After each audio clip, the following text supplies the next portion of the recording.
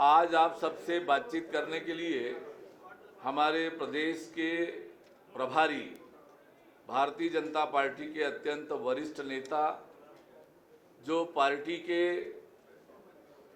राष्ट्रीय महासचिव, राष्ट्रीय उपाध्यक्ष, ऐसे अनेक दायित्वों का जिन्होंने निर्वहन किया है, राज्यसभा के सदस्य भी रहे हैं, अभी पार्टी में चुनाव समिति के सदस्य हैं और पार्टी के नेतृत्व ने उन्हें छत्तीसगढ़ प्रभारी के रूप में हम सबके मार्गदर्शन के लिए भेजा है। 21 तारीख से छत्तीसगढ़ के प्रवास पर हैं, लगातार विभिन्न बैठकें उन्होंने ली है। आज आपके बीच आपसे बातचीत करने के लिए उपस्थित हैं। मैं आदरणीय ओम माथुर जी से आग्रह करूंगा कि अपनी बात आपके सामने रखें। सबको मेरा जोहार। पहली बार प्रभारी बनने के बाद आया हूं और पहली बार ही आपसे मिलना हो रहा है। संगठनात्मक दृष्टि से पहला प्रवास भिन्न भिन्न मोर्चे, भिन्न भिन्न पदाधिकारी, भिन्न भिन्न हमारे संगठन के लोग हैं, जितनी कमेटियां हैं उनसे व्यक्तिगत चर्चा है, चाहे वो मोर्चे हो, चाहे प्रकोष्ठ हो, चाहे कोर कमेटी हो, चाहे सीनियर लीडर हो, प्रदेश के पदाधिकारी।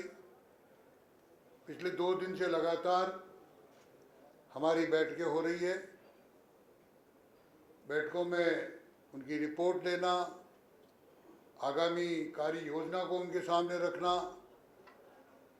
और जो कुछ अन्य चल रहा है उसके विषय भी उनके बीच में रखना, उनको भी सुनना।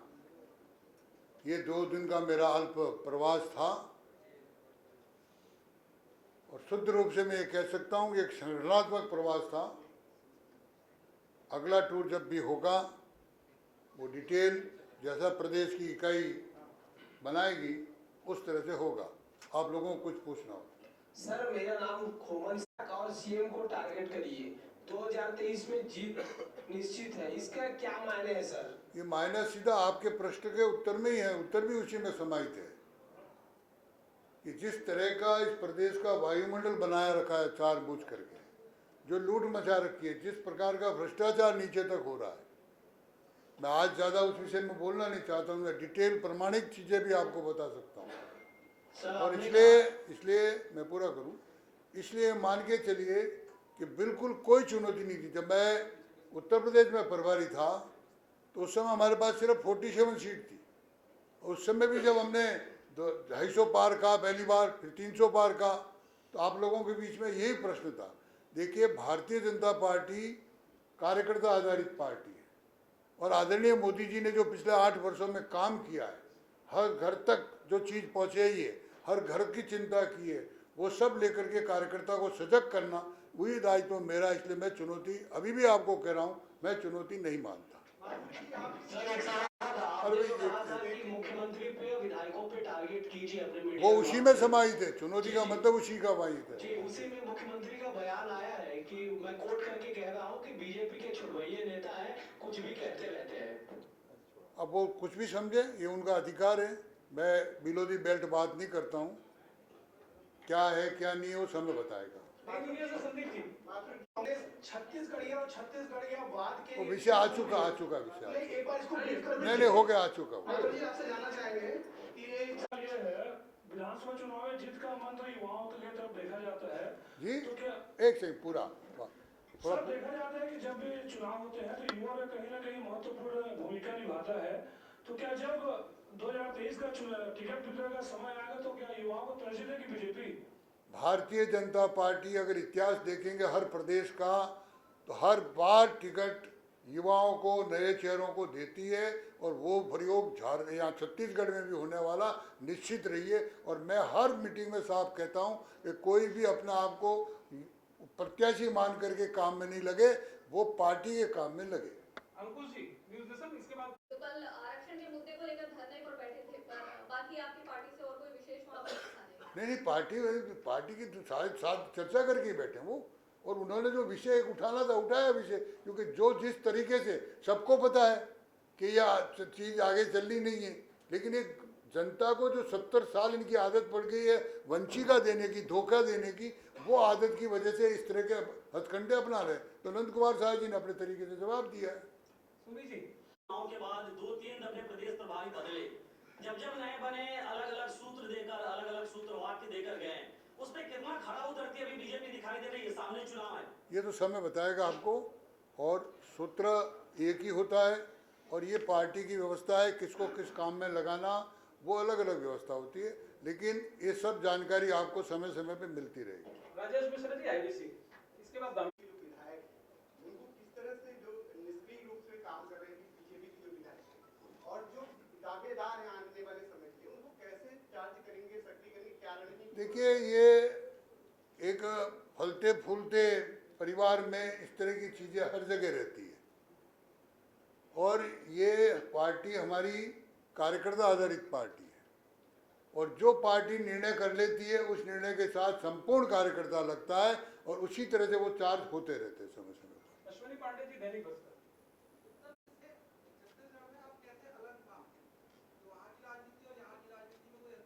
हर स्टेट की अपनी अपनी अलग राजनीति होती है, और राजनीति को देखो, पिछले दिनों उत्तर प्रदेश में जब मैं गया था तो हमारी सरकार केंद्र में नई नई बनी थी, 14 में बनी, 16 में मैं प्रभारी बन के चला गया, और हमारे लिए वो एक नया विषय था वहाँ।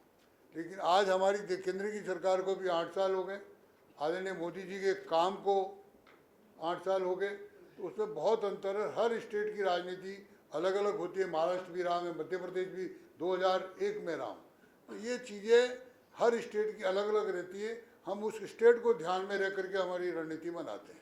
माथुर जी, मैं योगेश मिश्रा हूँ सुदर्शन न्यूज़ से। माथुर जी, सर मैं योगेश मिश्रा हूँ सुदर्शन न्यूज़ से। जी, जिस तरह से पूरे प्रदेश में सर धर्मांतरण के मामले बहुत तेजी से बढ़े हैं, खुद प्रदेश के गृह मंत्री बात को स्वीकारते भी रहे, एसपी भी कई बार लेटर लिख चुके हैं, उसके बाद भी प्रदेश के मुख्यमंत्री बार बार कहते हैं कि प्रदेश में धर्मांतरण हो नहीं रहा है, जबकि इससे प्रदेश में कई जगहों पर तनाव की स्थिति बढ़ रही है। आपका आकलन क्या कहता है? और कितना बड़ा मुद्दा है धर्मांतरण? देखिए, कांग्रेस अब हमको डायरेक्ट चुनाव में नहीं हरा सकती, और इसलिए कांग्रेस ऐसे प्रकार के तत्वों का उपयोग करके, जो पिछले साल भर से आप लोग खुद दिखा रहे हो, खुद बता रहे हो कहाँ क्या हो रहा है, दिल्ली कोई न कोई कांग्रेस शासित प्रदेशों में इस तरह की घटनाएं हो रही है, लेकिन मैं मानता हूं कि हम उनको भी जागृत करेंगे, लेकिन जनता अब समझ चुकी है। प्रधानमंत्री जी ने पिछले 8 वर्षों में संपूर्ण देश की राजनीति को टर्न डाउन किया है। जो राजनीति अब तक जातीयता के आधार पर, क्षेत्रवाद के आधार पर, व्यक्ति के आधार पर थी, उस राजनीति को आदरणीय नरेंद्र मोदी जी ने विकासवाद की ओर ले गए, और उसी का परिणाम आपको धीरे धीरे हर स्टेट में दिख रहा है। सत्यप्रकाश जी जीटीवी, पूरे मूड में है कि 2023 में ऐतिहासिक बहुमत से सरकार बनाए, और इसी मूड में मेरा काम है लगाने का सबको। दामिनी जी बंसल, भारतीय जनता पार्टी क्या तोड़ लाएगी आरक्षण में? देखिए, कांग्रेस बहुत योजनाबद्ध तरीके से इस तरह के एक ड्राइव ले रही है, और इस ड्राइव को रोकने भी उन्हीं के लोग लगे हैं, इसलिए मामला ये कोर्ट का है। इस तरह की चीज़ें लंबी चलने वाली नहीं, वो कुछ भी कहे, कांग्रेस का अधिकार है हमारे बारे में कुछ भी कहने का, लेकिन इसका जवाब आने वाले चुनाव में मतदाता देंगे। माथुर जी, कांग्रेस ने उन मुद्दों को हथिया लिया है, चाहे राम ये मान के चलिए, मैं मान के चलूँ कि 70-75 साल बाद उनको याद आए राम की, उनको याद आया मंदिर जाने की, उनको याद आया जनेऊ पहनने का, अच्छी बात है ये, लेकिन जनता समझ चुकी है। 70 साल तक एक छत्र एक ही परिवार ने राज किया, उस समय तक वो कहाँ थे सारे? उस समय मंदिर क्यों नहीं याद आया? उस समय देश का स्वाभिमान क्यों नहीं याद आया? उस समय उनको जनेऊ क्यों नहीं याद आई? उस समय उनको टोपी क्यों नहीं याद आई? ये सारी याद उनको लगा। हमको चुनाव जीतने के लिए जितना भी जो कुछ करना पड़ेंगे, लेकिन जनता समझ चुकी है।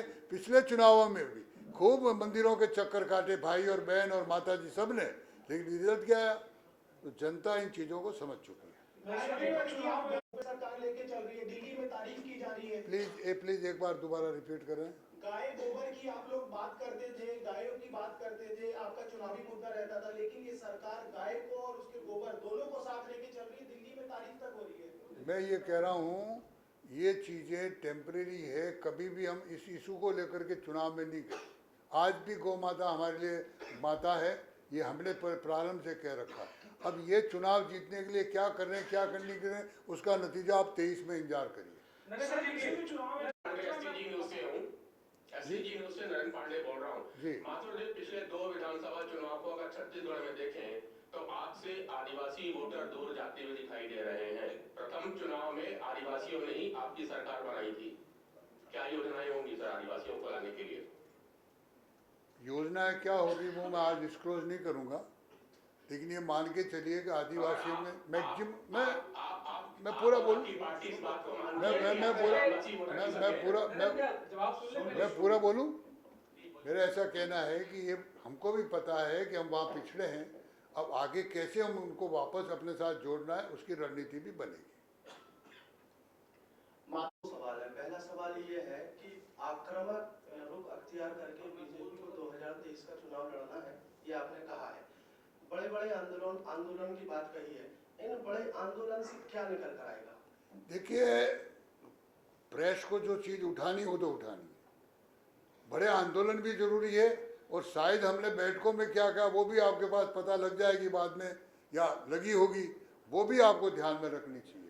खाली आंदोलन ही नहीं है, खाली बड़े कार्यक्रम नहीं है, हमने बूथ स्तर तक भी, और हमारे भी पिछले दिनों जब राष्ट्रीय अध्यक्ष या प्रवास पर आए थे तो बूथ स्तर के लोगों के साथ मीटिंग की, गृह मंत्री जी कहीं जाए थे, यहाँ तक कि प्रधानमंत्री जी अभी विशाखापट्टनम में थे तो कोर कमेटी की बैठक में वो 1-1.5 घंटे रहे। तो हम चारों तरफ से हमारे वर्कर्स को एक्टिवेट करने का काम करते हैं। दूसरा सवाल मेरा ये है कि 2018 पिछले कुछ वर्षों से आपने देखा होगा कि काफी ज्यादा हावी है।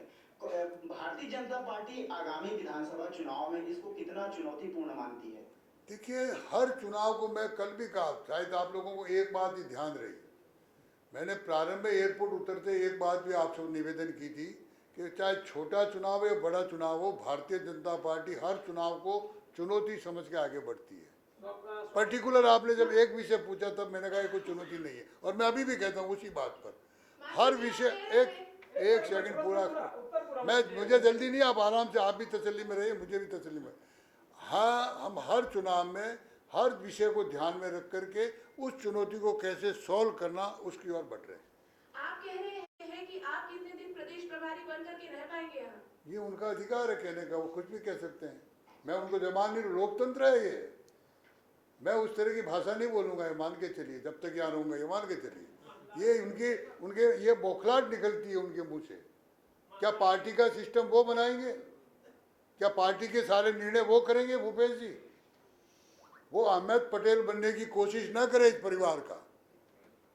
ये जो धारणा बनी है धीरे धीरे दिल्ली में कि अहमद पटेल जाने के बाद इस परिवार का दूसरा अहमद पटेल तैयार हो रहा है, तो वो इस तरह की भाषा ना बोले।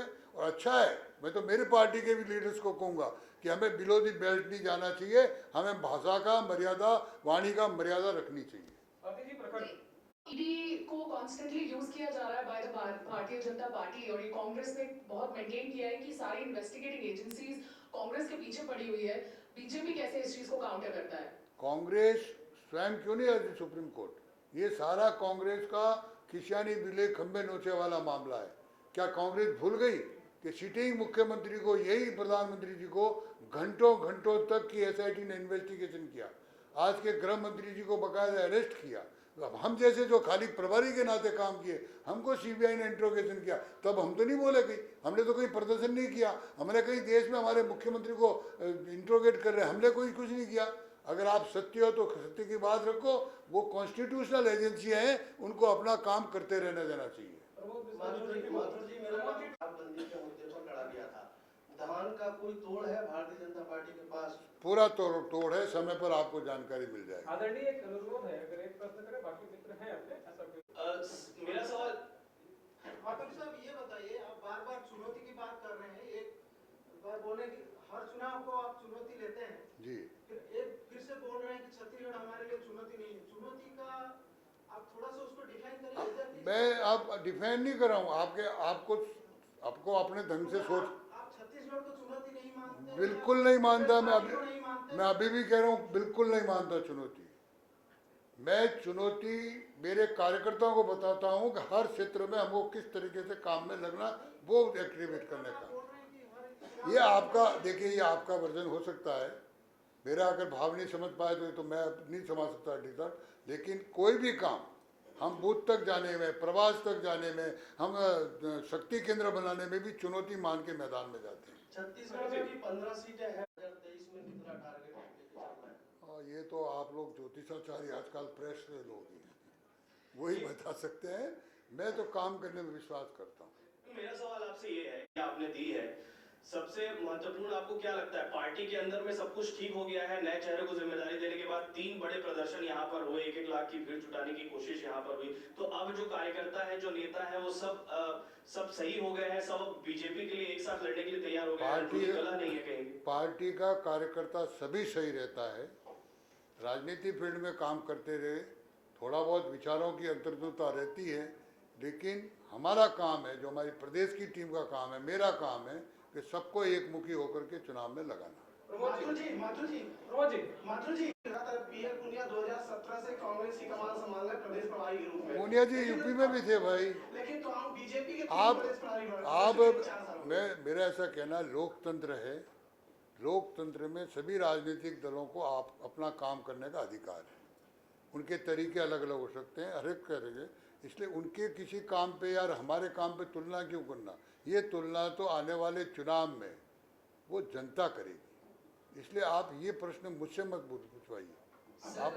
आप अपने विषय मेरे मुंह से क्यों खुलवाना चाहते हैं? माथुर जी तो रुक नहीं पाएगा, एक तो माथुर जी करना चाहिए सवाल लीजिए। सर मेरा सवाल है कि सीएम के चेहरे पर बार-बार सवाल उठता है, सर आखिर चेहरा कौन होगा बीजेपी का सीएम का?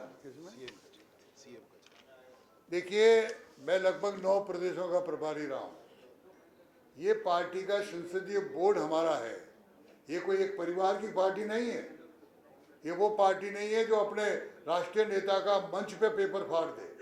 ये पार्टी हमारा संसदीय बोर्ड जो निर्णय करता है उसको मान्यता करती है, और मैं ऐसे प्रांत गिना सकता हूँ जो बिना चेहरे के चुनाव लड़े, ऐसे प्रांत भी गिना सकता हूँ जो चेहरा घोषित करके लड़े।